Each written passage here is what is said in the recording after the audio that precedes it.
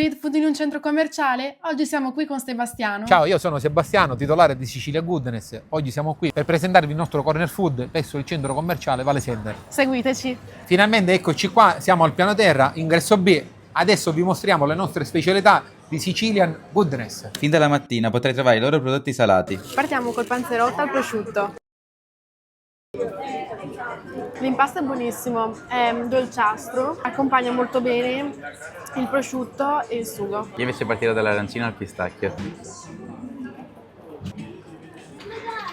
La panatura intorno è bella croccante e invece l'interno è bello cremoso e sa proprio di pistacchio, veramente buono. E continuiamo con la cartocciata. Noi l'abbiamo presa viste le patatine, ma volendo ci sarebbe anche il prosciutto.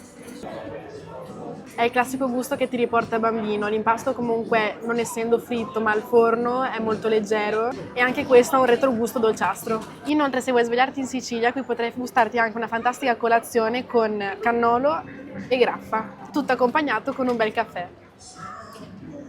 Io parto da questa graffa ancora calda, strapiena di crema di pistacchio.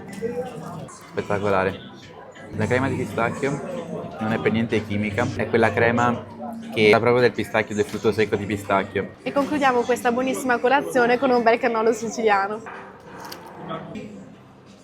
La ricotta ti scioglie in bocca, non è pesante, è proprio buona, non c'è altro da dire. E dopo aver provato il loro pistacchio non potevamo non prendere la loro crema. Siamo alla Sicilian Goodness al Vale Center di Marconna.